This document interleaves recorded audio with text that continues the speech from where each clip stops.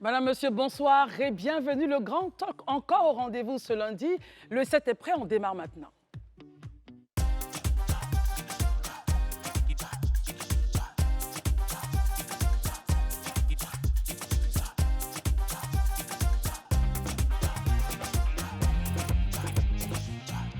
Comme à l'accoutumée, nos amis sont présents. Ce soir encore, Herman Aboua est là. Bonsoir Herman. Bonsoir Christelle, bonsoir Élisée chers Boloubeux. téléspectateurs. Bonsoir Christelle, bonsoir chers amis, bonsoir chers téléspectateurs. Marius Komoé, bonsoir. Bonsoir Christelle, bonsoir à tous nos téléspectateurs et téléspectatrices d'ailleurs. Merci. Ah, c'est gentil. Oui. Élisée, du moins Élisée, Daouda. Bonsoir à tous, bonsoir chez vous. J'ai failli ne pas véritablement venir sur ce plateau aujourd'hui parce que malheureusement, l'Africa a gagné une équipe vacillante quelque part. À qui on a accordé un penalty de complaisance. Malheureusement, Bon, Herman, les gens se calmez-vous. sont habillés tout de rouge pour venir nous fatiguer, mais ce n'est pas bien grave. L'émission peut commencer. Il n'y a rien de nouveau sous le soleil. Alors, de façon sereine, nous n'allons pas réagir et nous allons directement entrer dans le vif de notre sujet en félicitant l'Africa Sport pour sa victoire 3-2. Point. Face à la Diaké. Face à la Diaké, voilà, on y va. Alors, messieurs, j'espère que vous avez passé un bon week-end. Très bien. N'est-ce pas? Prêt à décortiquer donc l'actualité nationale. Elle est très chargée aujourd'hui. Ouais, Le premier point, Herman, je vous vois sourire. Je sais que vous êtes déjà prêt. Non, non. Alors, le RHDP a-t-il effacé les traces du PPACI à Beauville? On se rappelle bien que le 6 avril dernier, il y avait donc la fête de la Renaissance du PPACI à Beauville. Et bien, le samedi dernier, donc le 4, le RHDP, dans une cérémonie d'hommage au chef de l'État, a donc rassemblé tous les fils et les filles de l'Angleterre et célébré les bienfaits du chef de l'État envers la région. On parle de 55 000, plus de 55 000 personnes, comme dirait le Premier ministre, plus de 55 000 frères et sœurs de l'Angleterre ont assisté à cette cérémonie. Messieurs, il s'agira pour nous, dans ce jeu-là, d'avoir votre lecture. Comment est-ce que vous appréciez ce déplacement, cette mobilisation, quelques écrits, quelques dits qui vous ont touché? Herman, commençons avec vous.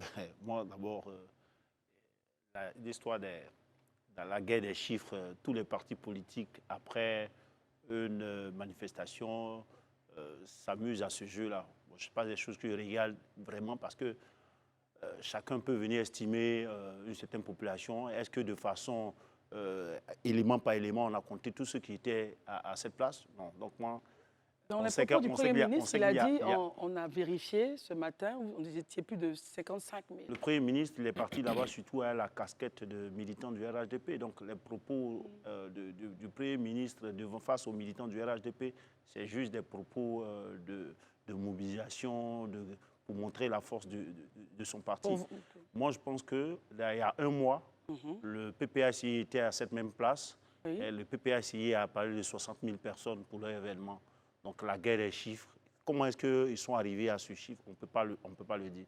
Moi, d'abord, c'est le premier point. Ce que je veux noter surtout, c'est que je constate que c'est un peu comme une réplique, une certaine réponse à ce qui a été fait par le PPACI il y a un mois, lorsque le président Laurent Gbagbo s'est déplacé là-bas.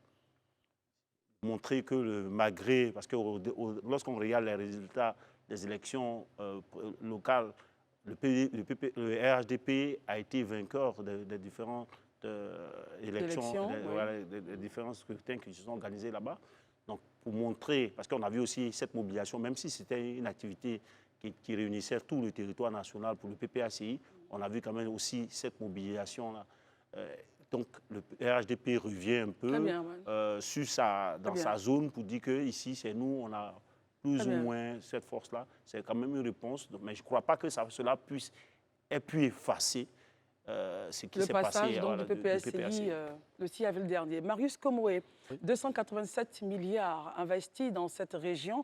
Pensez-vous qu'il était donc de bon aloi pour les populations de célébrer donc le chef de l'État, de lui dire merci au travers de cette grande mobilisation? À première vue, on dirait non, dans la mesure où ce que fait l'État le fait avec notre argent, avec nos taxes et nos impôts.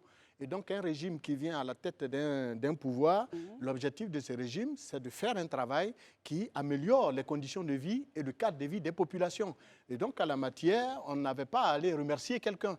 Mais quand on sait dans quelle léthargie se trouvaient justement nos régions, et surtout la région de l'Agnébi-Tiassa, il y avait lieu quand même que les décideurs de cette région, dont le conseil régional, présidé par le ministre Pierre Dimba, vraiment soient reconnaissants des investissements colossaux entrepris justement par le pouvoir en place. C'est 287 milliards, vous avez dit, mais il n'y a pas que de dire seulement 287 milliards. Il faut les décortiquer. À quoi a servi les 287 milliards? Mais c'est la construction d'écoles, c'est la construction de santé et à la matière. Nos recherches nous donnent... On va laisser quelques points. Bien sûr, quelques points que je vais me faire fort de vous énumérer. Bon, la région de l'Agnébi-Tiassa, c'est d'abord une superficie de 8151 km² pour 188 villages. Et à la matière, l'État de Côte d'Ivoire a réhabilité ou a construit des collèges et des lycées de proximité. Donc, par exemple, le collège moderne de Grand-Maurier, réalisé par le conseil régional, avec sous-fonds, bien sûr, public. Et vous avez également dans la région de l'Agnébi-Tiassa un centre hospitalier régional qui est tout neuf, 3 hôpitaux généraux et une trentaine de centres de santé ruraux. Et ça, tout ça réalisé sous le ministre Pierre Dimba, grâce donc aux fonds publics alloués par l'État. Vous avez également une quinzaine de pharmacies privées pour rapprocher justement les officines de pharmacie aux populations.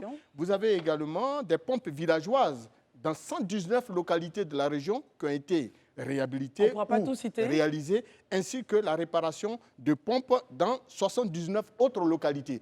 Donc ça, je passe sous silence les réalisations en matière d'infrastructures routières, en matière d'éducation et autres. En tout cas, l'Agnébi-Tiassa, depuis la présidence du ministre Pierre Dimba dans cette région, au niveau du conseil régional, a réalisé des grands chantiers.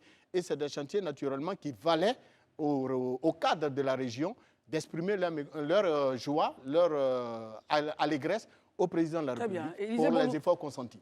Élisée Boloubo, quelle est la lecture que vous faites de cette cérémonie déjà en termes de comparaison de chiffres, PPACI 60 000, le Premier ministre dans son discours insiste sur les 55 000 bien comptés, les 287 milliards investis.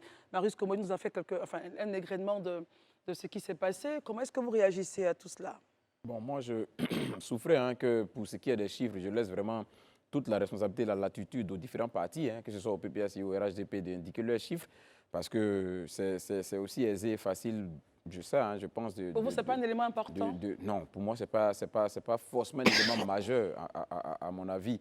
L'objectif, je pense, en faisant une telle cérémonie, c'est vrai, on voulait la mobilisation, mais de vous à moi, que ce soit le RHDP ou que ce soit le PPACI, se gargariser devant des milliers de partisans qui sont venus vous féliciter. Moi, je pense qu'on a dépassé cette étape pour ces partis-là, franchement. Comment ça? Mais en fait, recevoir 20 000, 30 000, 40 000 militants qui viennent se mobiliser pour soit le RHDP ou le PPACI, ça ne doit pas être des motifs de satisfaction pour des partis de cette envergure, ce qui représente l'échiquier national, et puis des événements d'une telle envergure. Je me dis que ce n'est pas des éléments qui doivent susciter un satisfecit. Pour moi, c'est vraiment, ça va au-delà. Si on se satisfait déjà pour ça, je me dis qu'il y a un problème. Se satisfaire des investissements réalisés? Non, ce n'est pas ce que je dis. Il parle des chiffres de mobilisation par rapport à ceux qui étaient présents sur le site. Bien sûr. Maintenant, sur la question du but même de la cérémonie, marquer la reconnaissance, moi, je pense que ça, c'est des choses auxquelles on est habitué, que ce soit presque tous les régimes, chaque fois que les présidents étaient dans un endroit, quand les populations ont senti qu'elles ont reçu un bien-être par l'action publique, elles se disent que chaque fois, il faut rendre hommage, il faut dire merci au chef de l'État. Donc, c'est le droit des populations et des militants du RHDP à un moment donné, que ce soit dans l'Agnébi-Tiassa, que ce soit dans l'ouest montagneux, que ce soit dans le nord, à un moment donné, s'ils décident de rendre hommage, ça, c'est leur droit. Personne ne peut leur dénier. Sur les chiffres investis, 287 milliards, ce n'est pas négligeable, c'est quand même important comme investissement. Quand vous prenez le chiffre du PND, vous verrez effectivement que quand même 287 milliards dans les infrastructures, c'est quand même pas quelque chose d'assez négligeable. Quoique, c'est sur une période, parce que le PND court, il continue, le PND 3, c'est-à-dire 2021-2025, continue de courir. Donc, il y a encore d'autres investissements qui sont prévus. Donc, je pense qu'à la matière, si c'est l'un des éléments pour lesquels les populations de l'Agnébi-Tiassa, notamment les militants de RHDP, veulent rendre hommage au chef de l'État, ça s'entend et ça se comprend. Et c'est vraiment leur droit le plus absolu. Maintenant, sur l'aspect... On va terminer. Oui, on va terminer dessus. Sur l'aspect, je vais dire, le message, ou bien, je ne sais pas si on parle maintenant, ou bien après, c'est le message. On revient sur le message. Écoutons Daouda, apprécions donc sa lecture. Daouda. Bon, pour ce que je sais, et selon mes infos, c'est qu'à la vérité, parce que la question que tu as posée dès l'entame, est-ce que le RHDP part pour effacer les traces du PPACI? De base, il faut le dire, je pense que le ministre Pierre Demba, avec le RHDP, ils étaient en train de préparer ce genre de tournée-là. Donc, sûrement, je me dis que... Est-ce que le 6 avril n'a pas précipité le passage de Laurent Gbagbo dans cette région-là, est-ce que ça n'a pas accéléré le mouvement de M. Pierre Demba? Tout est possible. Mais l'analyse politique que je fais de cette situation, c'est que, je dis, le RHDP, quand on voit ce qui s'est passé dans la Djebi-Tiassa, ils ne sont pas prêts aujourd'hui à lâcher un seul morceau de parcelle au PPAC de Laurent Gbagbo. Qu'est-ce qui vous fait dire ça? Non, parce que si vous vous rappelez bien, après le 11 avril, le narratif, en fait, aujourd'hui, au niveau du PPAC, quand on mène l'analyse, c'est que le narratif est resté qui a gagné les élections. C'est pas moi qui ai cassé la BCAO, c'est pas moi qui ai fait ceci, c'est pas moi qui ai fait cela. Donc, c'est pour cette raison, justement, sans rentrer dans les messages, quand il dit on n'est plus dans les discours creux ou vaseux, on veut du concret. Donc, à contrario du PPACI, le président du district, c'est bien ça, non? C'est le conseil régional, Pierre Demba, quand il vient sur le pupitre et qu'il fait le chapelet des réalisations en termes d'infrastructures sanitaires, routières et autres, face au narratif du PPACI, il oppose le développement, en fait. Donc, concrètement, il dit aux populations, pendant des années, eux, ils étaient là, c'était leur bastion, ils n'ont rien fait. Mais nous, on est là, pendant la même période pratiquement, pour ne pas dire 3 ans de plus, aujourd'hui, voici ce que nous avons fait pour vous. Donc, pour le futur, qu'est-ce que vous souhaitez? Je pense que c'est le message clair qu'il donne aux populations de la Djebi-Tiassa. Et je pense que cela va continuer jusqu'à l'élection de 2025, parce que là, qu'on le dise clairement, les partis politiques sont de plein pied dans les pré-campagnes. Très bien. Voilà. Alors, Herman, rentrons dans le texte maintenant. Le ministre, donc président de la région, le ministre Pierre Demba, il dit que c'est désormais révolu, hein, je le cite, dans cette région qui aspire à la poursuite de son développement, le temps du suivisme, des effets de mode, des virtuoses de la parole, de la facilité du verbe, qui ont déçu et trahi face aux difficultés de la tâche. La région décidait de suivre le réalisme et le pragmatisme du président de la République. Votre réaction? Bon, moi, ce sont ses propos, hein, il le dit en tant que militant du RHDP, mais moi, je veux revenir un peu sur la sociologie de ces régions-là. Oui, allez-y. Parce que la région de la Djebi-Tiassa, c'est une région voisine à la région de Lamé. Les peuples, généralement, de ces zones-là, avaient une tradition de soutenir les mouvements de gauche. C'est pourquoi, d'ailleurs, pendant longtemps, ils ont prouvé leur attachement à un bastion du Front populaire ivoirien de Laurent Gbagbo. Donc aujourd'hui, qui le dit, c'est vrai que lorsqu'on regarde des infrastructures, on prend la liste des infrastructures qui ont été égrenées, mais il n'y a pas que ça. Moi, j'ai envie de vous savoir le ressenti des populations face à le ressenti concret de ces réalisations-là au niveau des populations. Mais quand on pense là, c'est un argument. Surtout que, comme Daouda le dit, il y a eu quand même, on sent que pendant 15 ans, 14 ans, il y a quand même des choses qui ont été faites là. Mais moi, je pense que la question d'une élection présidentielle, il n'y a pas que les infrastructures réalisées. Il y a quoi d'autre? Il y a, je veux dire, il y a fondamentalement d'autres questions qui viennent. La question de la gestion équitable des personnes, du traitement de façon équitable. La question du découpage électoral, administratif même. C'est quelque chose qui met en retard certaines régions par rapport aux autres et qui frustre d'autres populations. Et moi, je pense que, comme vous prenez, Marius nous a parlé de l'étendue de cette région, mais il y a jusqu'à 865 951 habitants. C'est-à-dire qu'on n'est pas loin du million d'habitants. Mais ce million d'habitants, ils ont combien de sièges en termes de sous-préfecture, en termes de découpage électoral, ils ont combien de sièges par rapport. Mais ce sont des questions qui frustrent. Est-ce que lorsque le moment venu, les populations de ces régions-là, qui étaient les bastions systématiques du FPI, ces populations vont réclamer cela. Est-ce qu'on va pouvoir leur donner? On ne va pas faire de calcul politique. Oui, on termine par là. Est-ce que le RHDP qui est sûr aujourd'hui, qui dit contrôler ces zones-là, ces régions-là, ait su à faire un découpage électoral en faveur de ces populations, sans la crainte que ça peut être pris par ces opposants. Je voudrais rappeler que si vous avez un mot, si vous sentez que vous pouvez dire des choses sur ce sujet-là, n'hésitez pas à nous joindre au 98 070 et on se fera le plaisir donc de vous donner la parole. 98 070 pour partager votre point de vue sur le sujet. Élisée Bouloube, le Premier ministre a montré une véritable satisfaction au-delà de la mobilisation, au-delà donc de la fierté de voir les fils et filles de la région être rassemblés. Vous vous dites que c'est une région déjà acquise pour les élections au RHDP où les autres partis pourraient, pourquoi pas, dans le développement en allant vers 2025, avoir aussi pignon sur rue là-bas? Non, je pense que déjà même les responsables du RHDP sont conscients qu'on ne peut pas aujourd'hui juste dire sur la base peut-être d'une cérémonie qui a réuni un maximum de personnes, que c'est acquis. Non, non, non, il faut toujours travailler auprès des populations. Il faut leur donner des raisons de continuer à vous faire confiance, de vous accorder leur suffrage. L'un des indicateurs sur lesquels on peut quand même s'appuyer pour regarder, je vais dire, l'adhésion d'une population à un parti ou à une personnalité, c'est aussi les élections. Et sur cette base-là, je pense que quand même les dernières élections locales ont donné un avantage au RHDP dans cette zone-là, qui était jadis un bastion appartenant au PPACI, comme plusieurs autres régions d'ailleurs. Qui se fera consolider selon vous? Exactement, comme plusieurs autres régions, que ce soit même la région dont a parlé Herman, voilà, la région de la Mai, c'est des régions quand même aujourd'hui qui ont, d'une manière ou d'une autre, viré. Ouais, bon, peut-être, je ne vais pas forcément employer le mot, bon, mais je pas forcément, mais qui aujourd'hui quand même ont monté, je vais dire en quelque sorte, un choix vers aujourd'hui quelque chose qui les intéresse. Moi, je pense qu'au-delà même des individus, et c'est vrai, les individus quand même, d'une manière ou d'une autre, insufflent le développement, mais au-delà des individus, pour moi, c'est la lecture que je fais, c'est l'expression de ce dont a besoin les populations.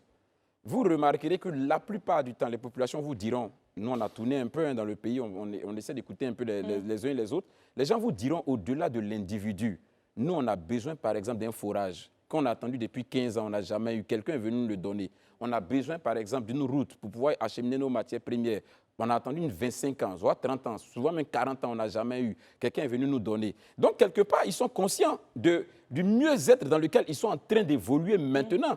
Et comme l'Africain et la sociologie de l'Ivoirien est impactée par cette volonté-là d'être reconnaissante, et ça fait partie de nous, nos us et nos coutumes, les gens se disent, bon, OK, quelqu'un qui, d'une manière ou d'une autre, m'a permis de pouvoir avoir un mieux-être, mérite en retour que je puisse lui faire confiance, en retour que je puisse témoigner ma reconnaissance. Donc, c'est des éléments qui sont importants. Et je pense qu'aujourd'hui, et ça, vraiment, je crois que le RH... terminer. Oui, on va terminer. Le RHD peut le faire suffisamment bien et c'est ce que, justement, on demande à tout le monde. Aujourd'hui... Quand vous êtes aux affaires, il faut pouvoir gérer. Non seulement gérer, mais il faut présenter aux populations les bilans de ce qu'on a fait. C'est ça qui va faire c'est ce qui va faire la différence au final. Et vous pensez qu'une telle cérémonie pourrait représenter un petit bilan à mi-parcours? Oui, mais quand vous écoutez le discours du Premier ministre ou même le discours du ministre, du président du Conseil régional, comme Daouda l'a dit, exactement, ils ont pris la peine de brandir et de faire le chapelet des réalisations avant leur venue et à aujourd'hui ce qu'on a acquis. Et ça, je vous dis que les 55 000 personnes qui ont quitté cette place-là, il y a au moins une trentaine de mille à qui c'est resté dans l'esprit. Très bien, Élisée. C'est ce qui est important. Écoutons Daouda sur ce point. Non, moi aujourd'hui, je vais aller dans un sens. Personnellement, j'ai toujours eu un problème avec les cérémonies d'hommage. Pourquoi? Non. Comment on appelle Marius l'a dit, Élisée l'a dit, même Herman lui-même. Moi, j'ai un problème avec ça. Mais quand on voit aujourd'hui des gens courir pour aller faire des cérémonies d'hommage, mais depuis Houphouët-Boigny, en passant par Bédié, pour arriver à Guy Robert, pour arriver même à Laurent Gbagbo lui-même, mais les gens sont surpris de voir des ponts. Parce qu'en son temps, quand on est tous nés, on est nés pour trouver 2 ponts en Côte d'Ivoire. Je veux dire, pour la grande majorité des 73% du dernier recensement général de la population, ils n'ont jamais vu la construction d'un pont. Mais le lien avec les cérémonies d'hommage? Mais justement, sous un président, on voit des réalisations concrètes. On voit un pont. On voit des routes, on voit des forages, on voit des centres de santé à côté de nous. Ça devient un exploit. Pourtant, dans les faits, ce n'est pas un exploit. Cela pourrait donc expliquer les cérémonies. Oui, justement. C'est ce que vous dites. Mais je veux dire, techniquement, on a élu le président pour nous servir. C'est son travail qu'il fait. Mais c'est parce que ceux qui étaient avant lui ne l'ont pas fait. Ils n'ont pas posé d'acte concret. Il estime que les cérémonies d'hommage, en réalité... Les cérémonies d'hommage, je veux dire, je ne suis pas pour cela. Est-ce que le développement, ce n'est pas une continuité? Tous les partis politiques, avec tous les pouvoirs, utilisent cela. Même le président Ouattara, qui ne semblait pas apprécier ces concepts-là. Une fois au pouvoir, aujourd'hui, on voit que le président Ouattara a accepté cela. Donc, tout le monde utilise cela. C'est leur droit. Mais moi, ce que je veux dire, il faudrait, lorsqu'on veut parler, le président Ouattara, son pouvoir jouit d'une certaine chose, a l'avantage d'avoir des opposants qui sont civilisés, qui ne font pas, qui ne mettent pas le pays en mal, qui ne créent pas des... Il gouverne, je pense, tranquillement. Il a ses forces pour faire en sorte que les gouverner tranquillement. Aujourd'hui, vous êtes d'accord avec moi qu'il y a des manifestations que quand l'opposition veut décider de les faire, on dit qu'il faut avoir l'autorisation de la préfecture et autres. Et lorsque le préfet ne te donne pas le truc, on dit que on trouve une tentative, ça peut être une atteinte à la déstabilisation, à l'ordre public. Donc, ces éléments qu'on utilise, oui, allez-y, comme on a... Un appelant, on part à Yopougon, parce que ce que vous dites est intéressant, on aimerait revenir là-dessus. Monsieur Oulaï Jean-Marc, bonsoir. Je pense qu'il est parti. Bon, il va revenir. Donc, pour terminer rapidement... Herman, avant de terminer, vous avez dit qu'aujourd'hui, il y a une facilité de faire des marches. Aujourd'hui, il y a une facilité de faire des choses en comparaison à quoi? Non, il n'y a pas une facilité justement de faire des marches. Il gouverne facilement. Oui, il est dans un climat où c'est plus ou moins... Il bénéficie d'une trêve. Il bénéficie d'une trêve qui a été relancée à 5 ans. C'est une trêve sociale. Des centrales syndicales. Des centrales syndicales. C'est-à-dire qu'on lui permet, il y a cet environnement. Et les partis politiques, par sa politique qu'il a mise en place, des partis politiques plus ou moins observe et regarde. Donc je veux dire que cet avantage-là, il y a d'autres régimes qui n'ont pas eu. Il y a eu le coup d'État ici. Bédié n'a pas terminé son mandat. N'est-ce pas? Après, quand Laurent Gbagbo est venu, il a eu la tentative de coup d'État. Donc je veux dire, on était dans un contexte. Et quand toujours on ramène cela, et je ramène au contexte passé.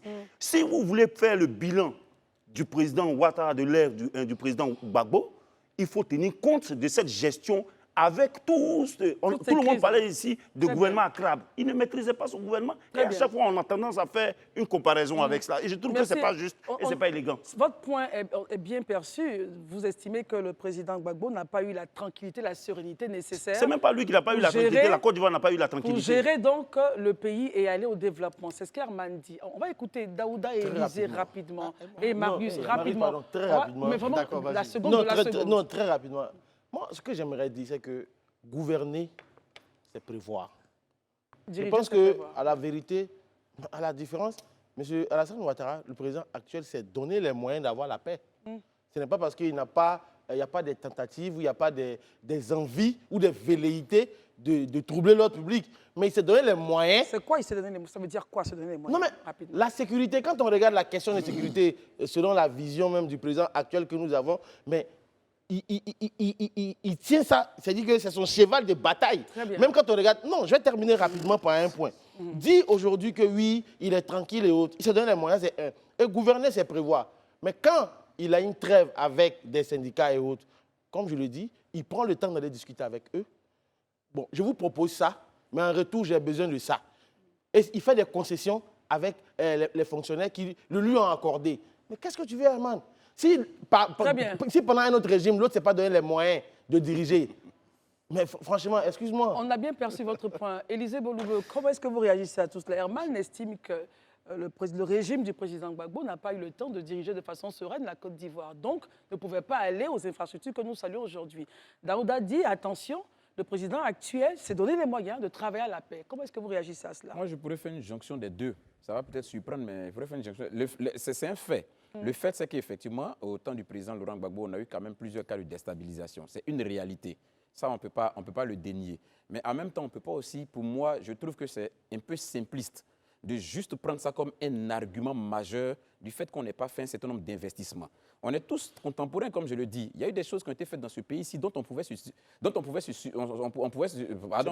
passer pour pouvoir investir, pouvoir faire autre chose. Ça n'a pas été fait. C'est une réalité. Même ceux qui étaient dans ce pouvoir-là aujourd'hui, quand tu regardes, ils peuvent avoir l'honnêteté de reconnaître qu'il y a des choses qui auraient pu être faites, mais qui n'ont pas été faites. Très bien. Deuxièmement, je crois aussi que sur la question de la sécurité, je pense que ça, honnêtement dit, pour moi, hein, ça je le dis honnêtement, il y a un téléphone, donc on prend le téléphone.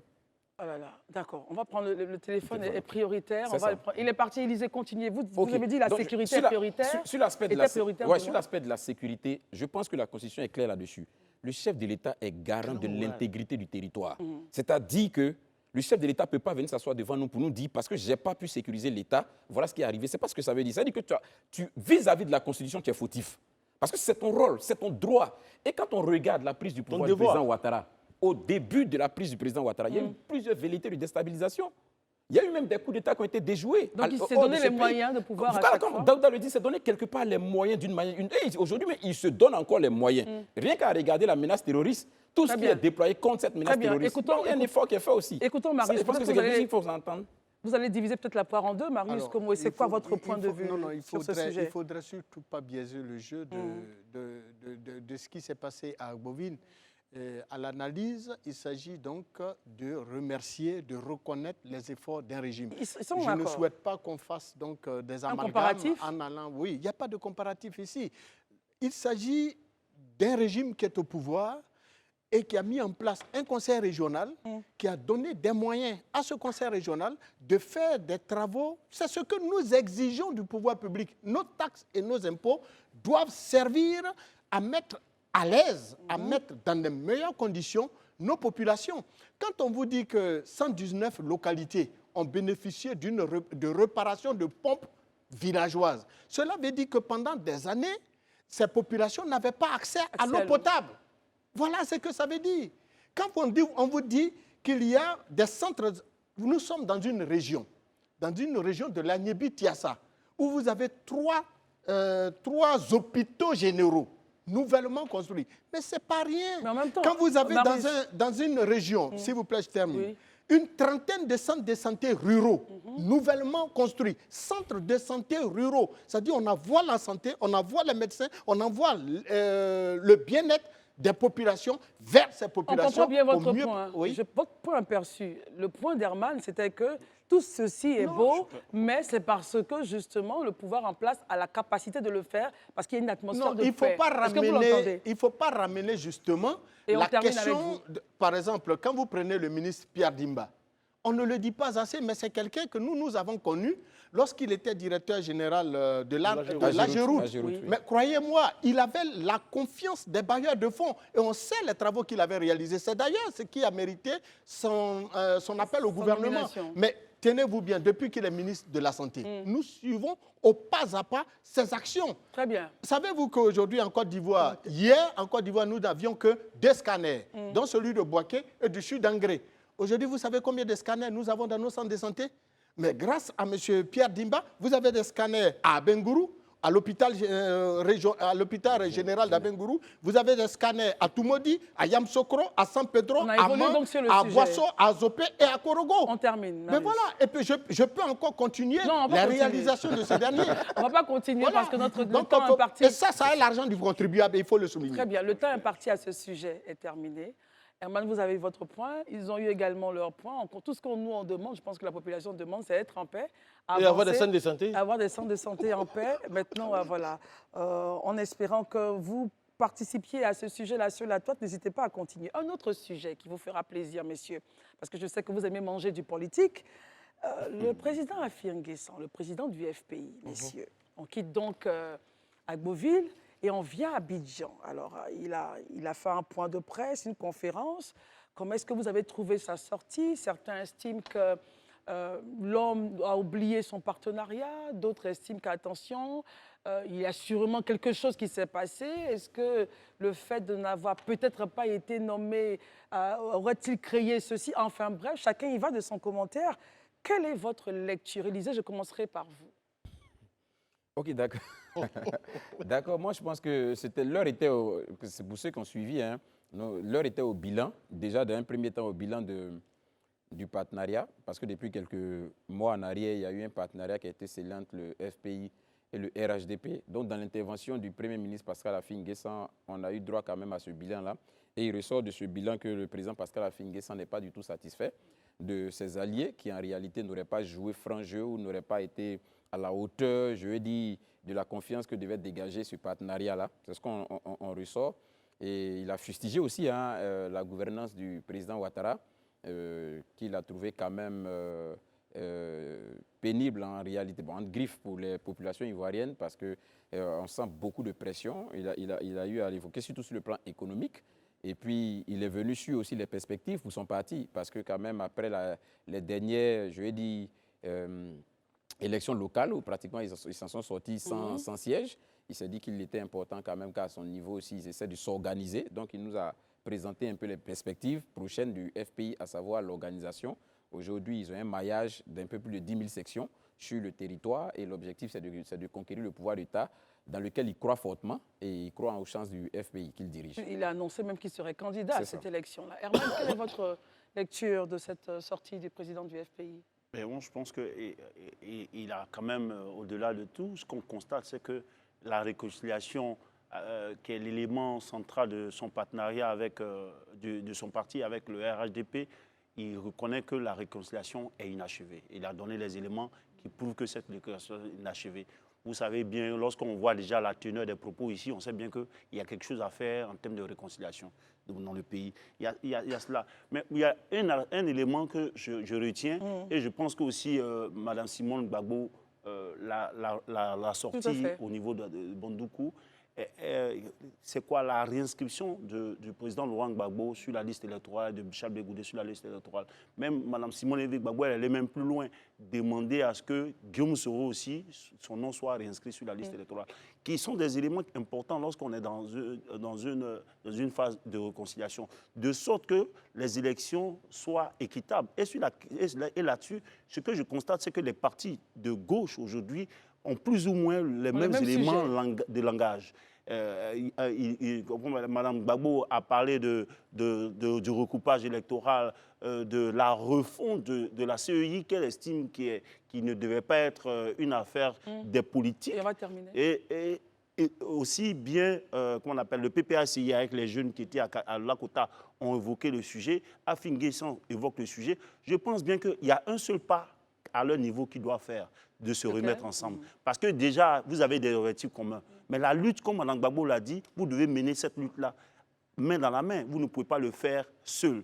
Après, maintenant, quitte à voir si vous pouvez faire des partenariats avec le PDCR et autres, ils ont là une chance de se retrouver. Il faudrait juste qu'ils mettent leurs égos à côté et puis faire un appel pour pouvoir se retrouver. Marius, comment appréciez-vous la sortie du président du FPI, candidat en 2025? Il porte des projets qui sont aussi portés par d'autres partis de gauche. Comment est-ce que vous appréciez tout ceci? Non, quelques points de sa conférence. C'est une conférence de presse qu'il a animée. Donc, je pourrais dire que quelques points ont retenu notre attention relativement justement à la gestion de la gouvernance, à la gouvernance donc, du RHDP en matière de résultats macroéconomiques. Il a trouvé que le taux d'endettement était alarmant. Il en a parlé aisément. Et puis, il a parlé du niveau de corruption. Que les Ivoiriens vivent mal et moins longtemps. Qu'il juge écœurant, le niveau de corruption qu'il juge écœurant au niveau national. Et il a parlé également de la misère que les Ivoiriens vivent, qui est une misère du reste, pour employer son propre terme, révoltante. Est-ce que oui ou non, la vie n'est pas chère au niveau national? Eh bien, moi qui suis assis devant vous et qui en sais quelque chose, je peux vous dire que la vie est très chère aujourd'hui en Côte d'Ivoire. D'ailleurs, la grogne populaire n'a de cesse au niveau, par exemple, de l'électricité à cause de la dernière augmentation qui fait grincer beaucoup de dents. Mais il a également parlé de l'indice de développement humain en Côte d'Ivoire qui est également en régression. Mais là où encore ces propos vont retenir mon attention, c'est ce que je n'ai eu de cesse depuis lors de prêcher. Est-ce que vous pouvez vous retenir le temps de partir à Yopougon et puis on revient n'oubliez surtout pas vos propos. Monsieur Oulaye, Jean-Arnaud de Yopougon, bonsoir. Bonsoir, madame. Oui, merci d'être là. Votre avis sur le sujet? Nous sommes en train justement d'essayer d'avoir une lecture de la sortie de la conférence de presse du président du FPI, Pascal Afin Guessan. Oula, est-ce que vous pouvez éteindre votre poste récepteur? OK.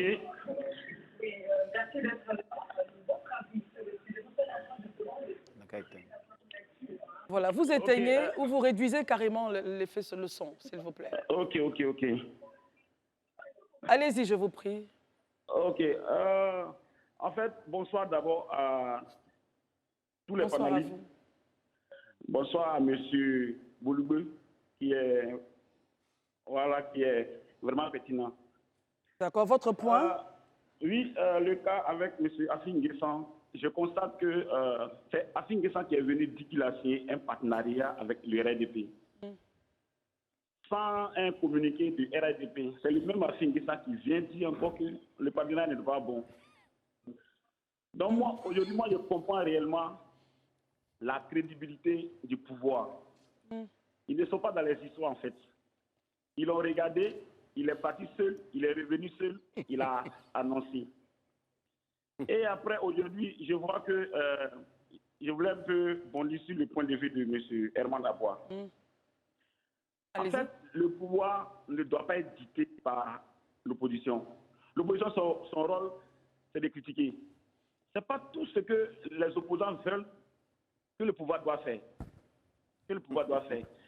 Parce qu'aujourd'hui, on a comme l'impression que si les opposants viennent au pouvoir, si tu es déstabilisateur, on doit te caresser. Si tu es voleur, on doit te caresser parce que tout doit rentrer dans la réconciliation. On est réconciliés.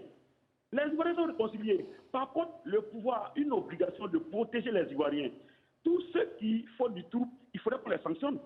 Très bien. Il faudrait qu'on les sanctionne. Voilà. On ne doit pas toujours dire que pour la réconciliation, on est réconciliés. La preuve en est que M. Herman Aboua lui-même qui est assis, il est sur un plateau qui existe aujourd'hui, qui collabore avec Daouda, qui collabore avec M. Bouloubo, qui collabore avec vous, Mme Christelle.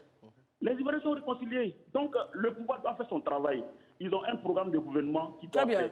L'opposition doit critiquer comme eux veulent, mais le pouvoir est libre d'accepter ou pas. Très bien. Merci beaucoup, M. Olaï. Merci de votre contribution. Merci. Nous revenons à vous, Marius. Oui, le dernier point que M. Afinguessa a abordé et qui avait retenu également notre attention, c'est la question relative justement à la réinscription de M. Laurent Gbagbo sur la liste électorale. À la matière, sur ce plateau, plusieurs fois, j'ai appelé de tous mes voeux le président de la République à être compatissant, à être plutôt bienveillant, à être généreux et à permettre également à M. Laurent Gbagbo d'être inscrit sur la liste électorale pour nous permettre en 2025... Sur ce point, vous êtes en accord avec le président Je suis totalement en accord. Mais je vous l'ai dit, M. Laurent Gbagbo a permis à M. Ouattara d'être candidat exceptionnel. À la suite d'une médiation de M. Thabo Mbeki. Je n'ai eu de cesse de répéter cela ici parce qu'on a même connu une rébellion pour ça. On dit aujourd'hui à M. Ouattara, à l'époque, vous étiez sous le coup de la loi, vous étiez un homme en sursis, vous aviez même un mandat d'arrêt qui planait sur votre tête. Et grâce à M. Gbagbo, vous avez été candidat exceptionnel. Aujourd'hui, vous présidez aux destinées de la Côte d'Ivoire.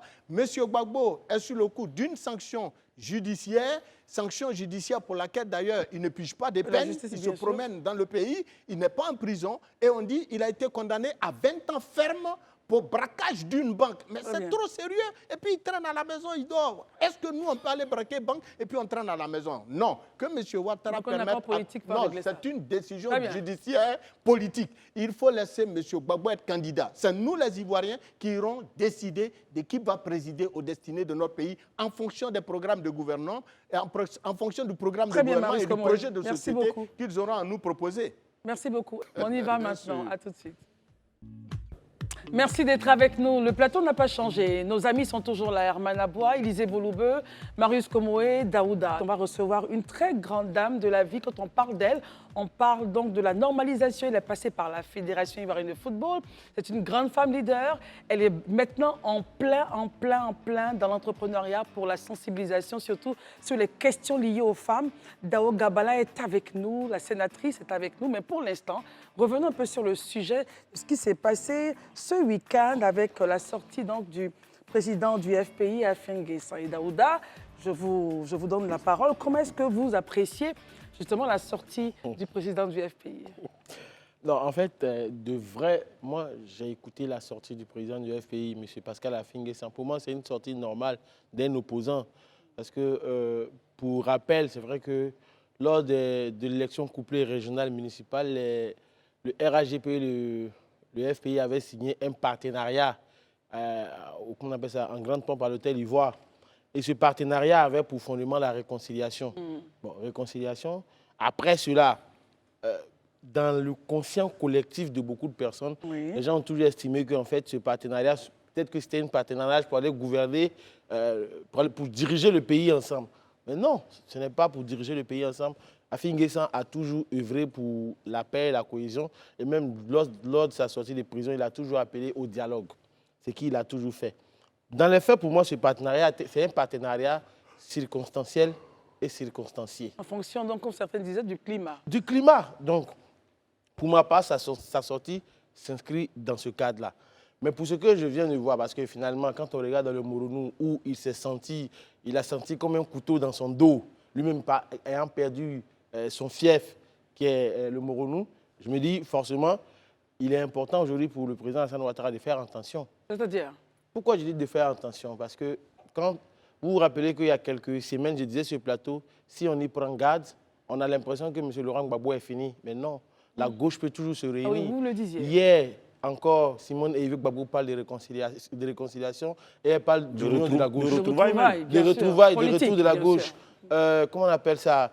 Même Afin Guessan qui fait un appel du pied aujourd'hui au président du PPACI. Je ne serais pas étonné de voir d'ici 2025 l'homme qui crie partout que 2025 ne sera pas sans lui, que toute la gauche soit réunie. Parce que pour qu'eux-mêmes soient légitimes vis-à-vis du peuple ivoirien, il est important, comme Herman le disait, qu'ils soient unis. Parce que pour réconcilier les Ivoiriens, il faut se réconcilier d'abord en famille. Il pourrait faire donc table rase des querelles de personnes. Aujourd'hui, la politique ivoirienne est devenue tellement compliquée que finalement, les gens sont capables de se mettre ensemble juste pour entrer dans une sorte de dégagisme. On veut tout sauf Ouattara. C'est possible. Donc, ça pourrait arriver. Ça pourrait arriver. Donc, pour ma part, il faut qu'aujourd'hui, le président Alassane Ouattara aussi fasse attention à ses petits partenaires. Même si, selon le RAGP, ils ne sont rien, ils ne pèsent rien, il faut faire attention. Parce qu'il faut faire en sorte que l'opposition se batte entre elles. Mais s'ils commencent à s'unir, l'équation risque de se compliquer à l'horizon de 2025. Très bien. Élisée, est-ce que vous partagez le point de vue de Daouda ou vous avez une autre lecture? Non, moi, je pense que la vie politique ivoirienne, pour ceux qui l'observent, nous a mené à comprendre que rien n'est définitivement figé dans du marbre. Rien n'est fermé. Voilà, rien n'est vraiment définitivement figé dans du marbre. Maintenant, une chose est certaine, aujourd'hui, quand on regarde la gauche, on se rend compte effectivement qu'il y a beaucoup de fissures. Et comme je le dis, même si la gauche devait se retrouver, il est indéniable au regard de ceux-là qui portent les différents partis qui constituent la gauche, que le leadership soit porté forcément par le président Laurent Gbagbo en réalité. Forcément, c'est ce que vous dites? Oui, quand on regarde, il n'y a que lui qui peut. Quand on regarde la carrure des leaders des partis qui se réclament de la gauche, s'ils doivent se retrouver, celui à même de porter le leadership au niveau de cette gauche-là, c'est le président Laurent Gbagbo. Et ce n'est que juste, je dirais, situation, quand on regarde ce qu'il a été voilà, dans la gauche. Maintenant, comme je le dis, c'est lui qui pourrait porter ça. Mais est-ce qu'aujourd'hui, il a cette volonté?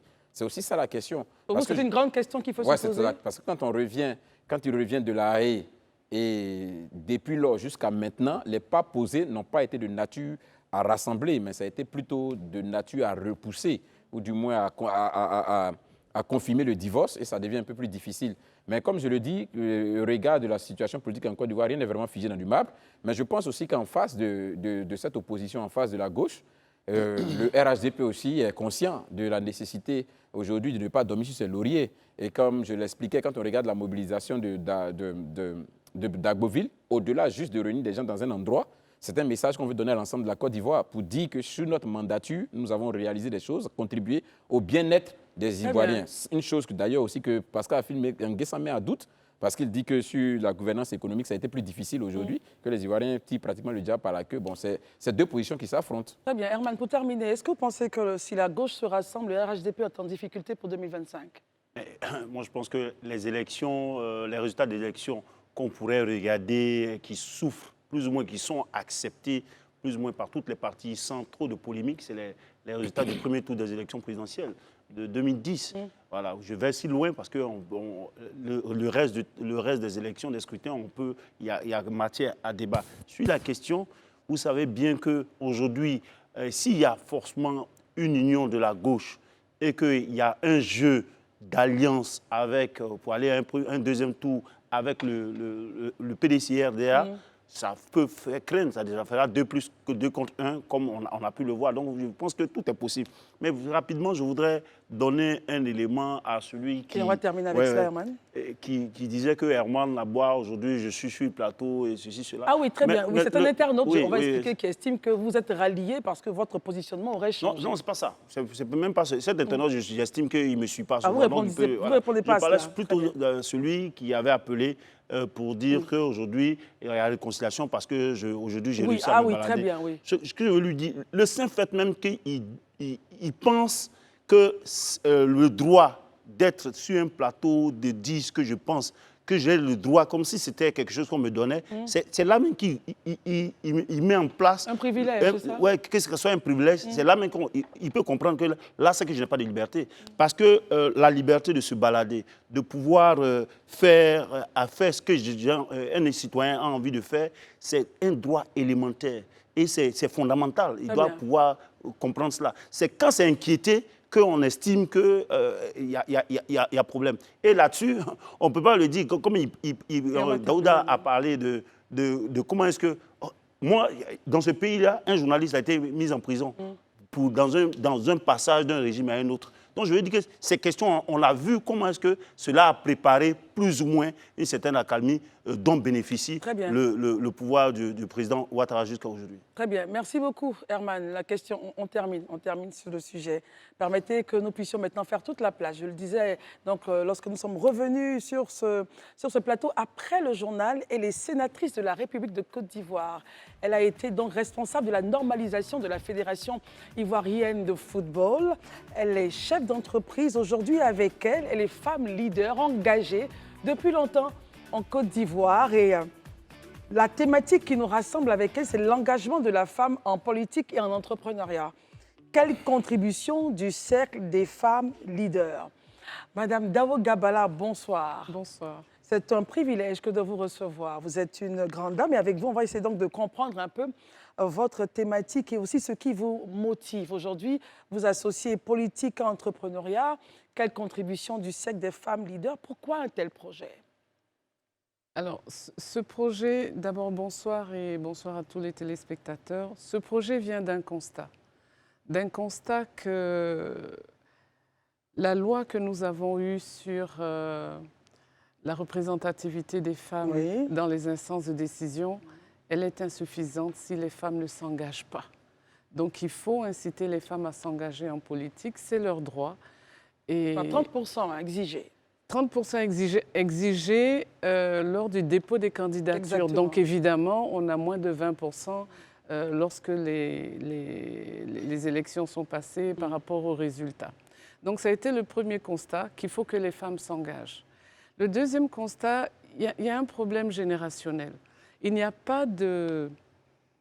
Je dis souvent, il n'y a pas de génération spontanée en politique. Demain, la Côte d'Ivoire doit pouvoir se construire avec les femmes. Et si nous voulons que la Côte d'Ivoire se construise avec les femmes, il faut que dès maintenant, elles s'engagent et elles se forment.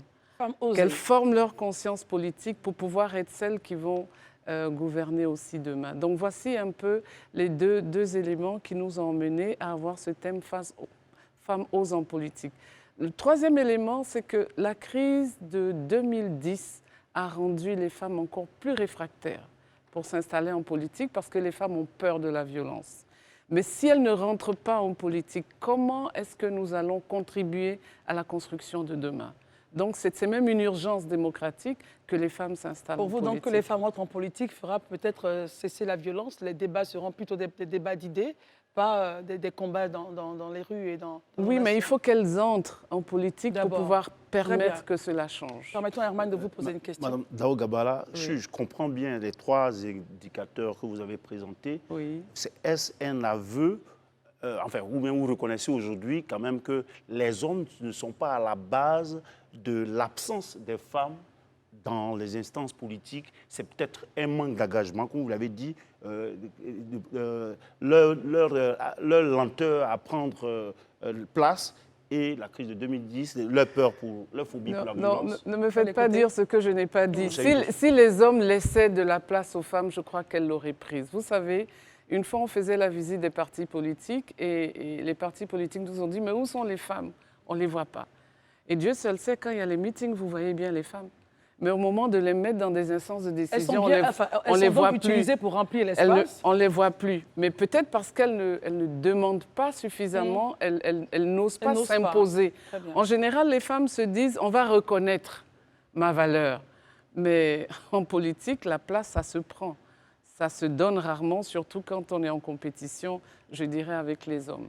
Donc, les femmes doivent faire un peu plus d'efforts pour s'adapter à l'environnement politique et à le changer parce que c'est à cela aussi qu'elles aspirent. Daouda?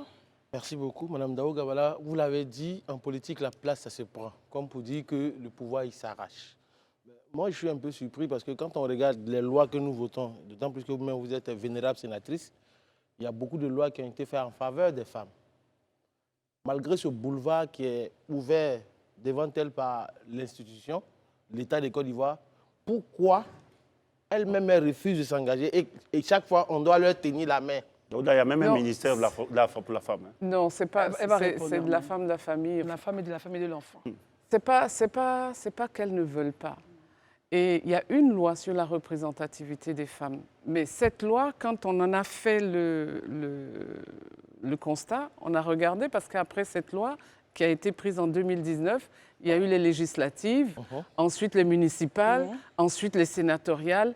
Et malgré cela, on n'avance pas. Donc la loi elle-même, elle a des limites et il va falloir la changer. La première limite, c'est qu'il n'y a aucune contrainte.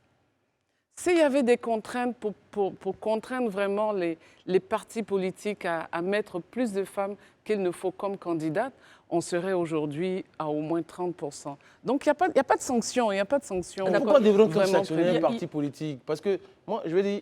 Mais tout simplement parce que, je suis désolée, quand on parle de représentativité des femmes, ce n'est pas du jeu.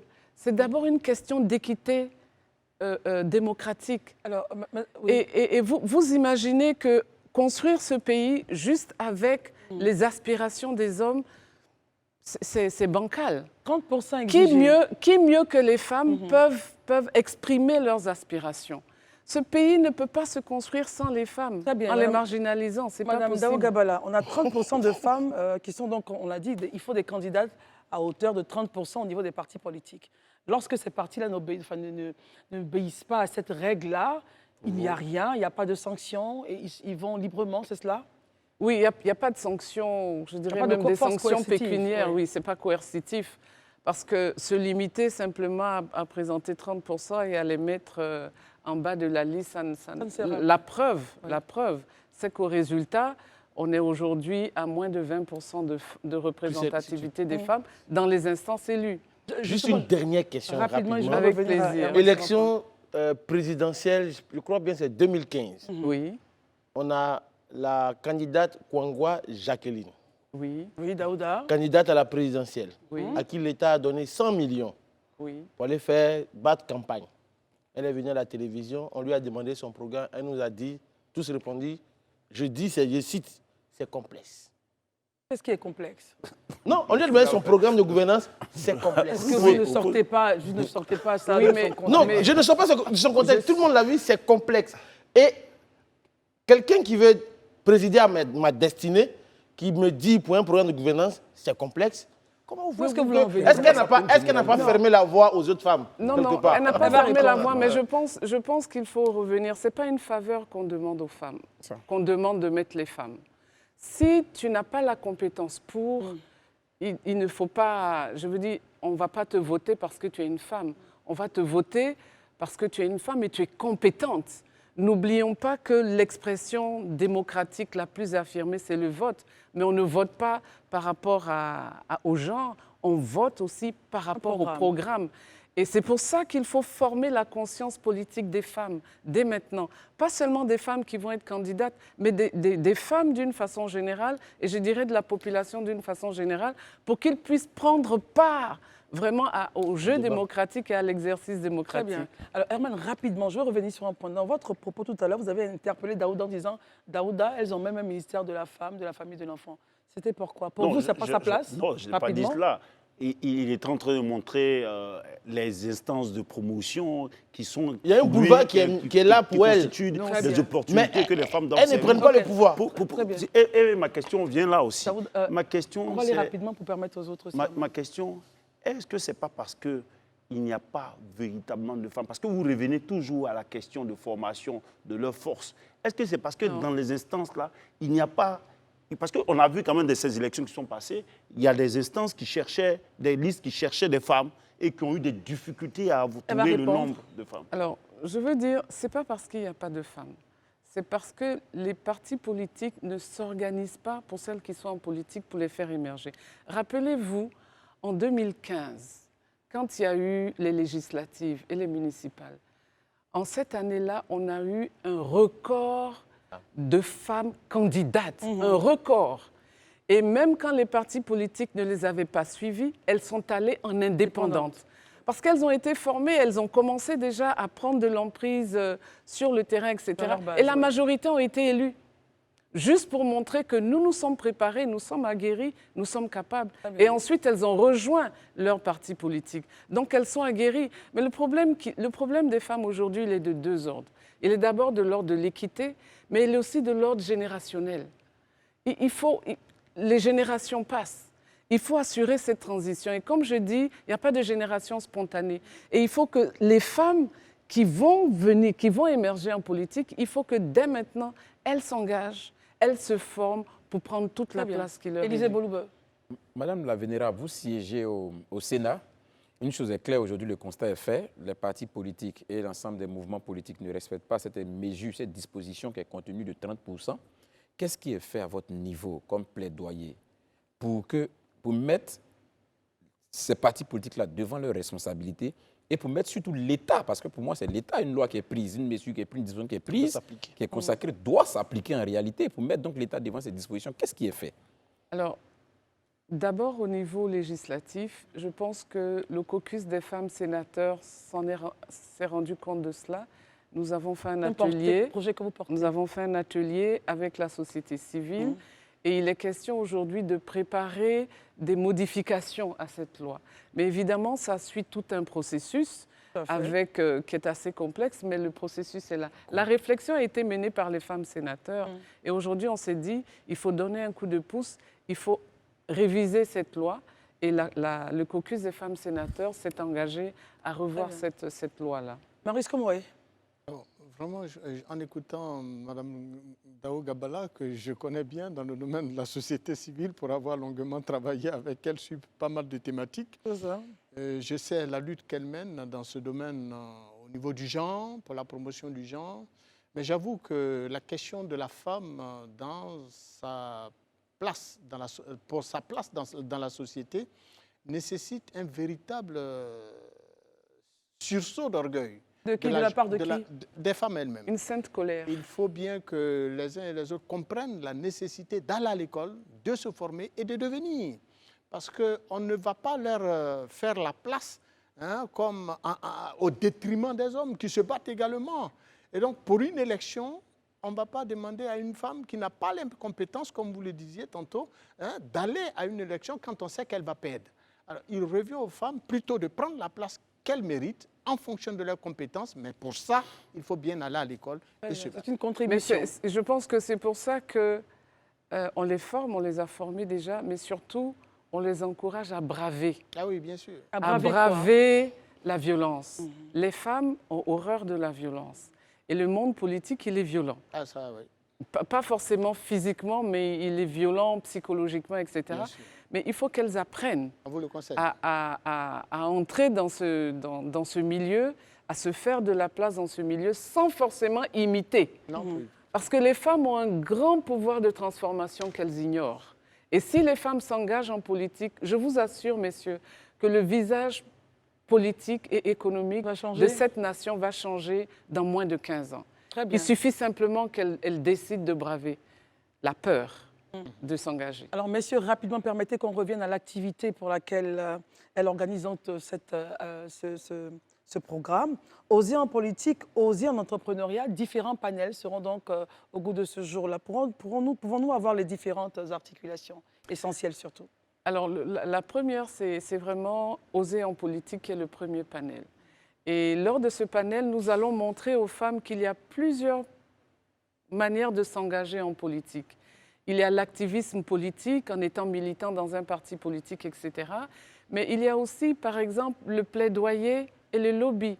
Être des groupes d'influence, c'est important si on veut faire changer les choses. Et les gouvernements et les politiques ne fonctionnent qu'à la pression. Donc, il faut que les femmes s'organisent aussi pour pouvoir faire de la pression. Et puis, il n'y a pas que entrer dans un parti politique pour être député ou pour être sénateur.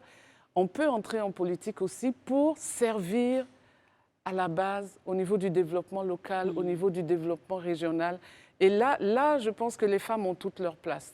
Les femmes, quel que soit leur niveau, parce qu'au niveau du conseil régional, au niveau du conseil municipal, même une femme responsable de coopérative, on le voit sous d'autres yeux.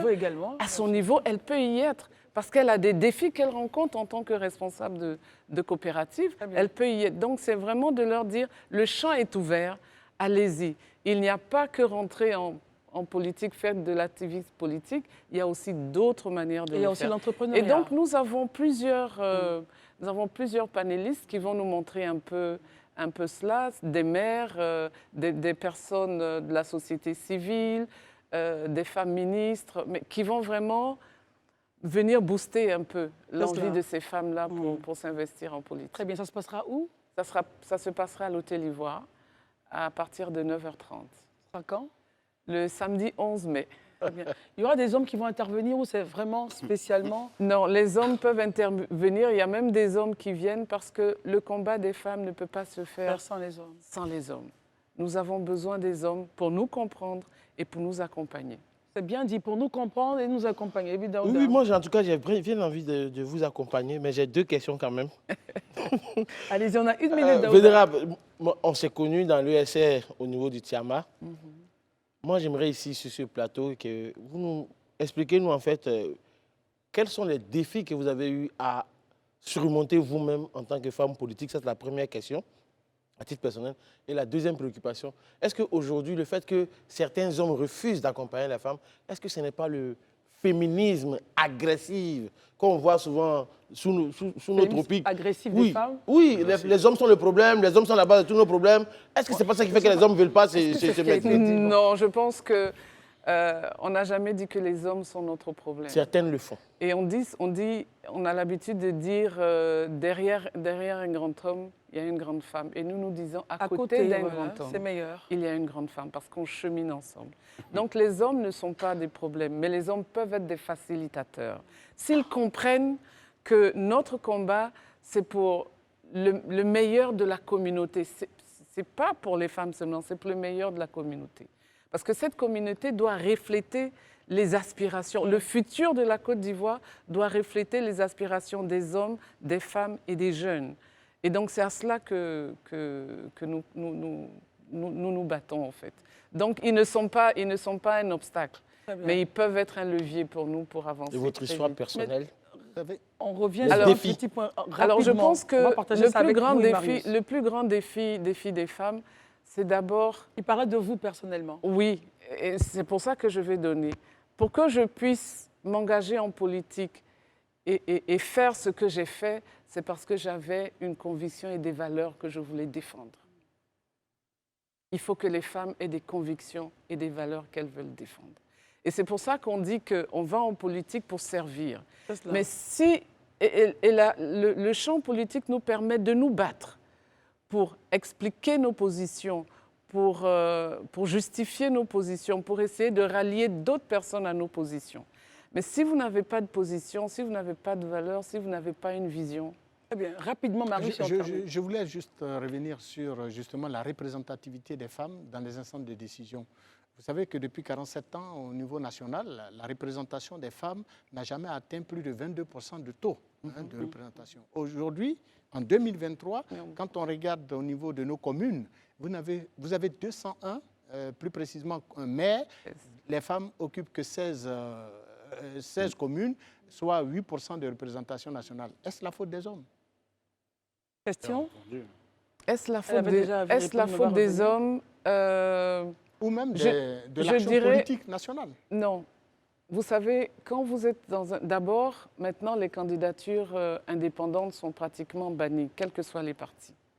Deuxièmement, ils font des primaires dans les partis où on nomme les candidats. Si on faisait des primaires de façon sincère, où la population choisissait son candidat, je peux vous dire que les femmes auraient été candidates. Et je reprends l'exemple de 2015, où les partis ne les ont pas proposés, mais où elles ont gagné.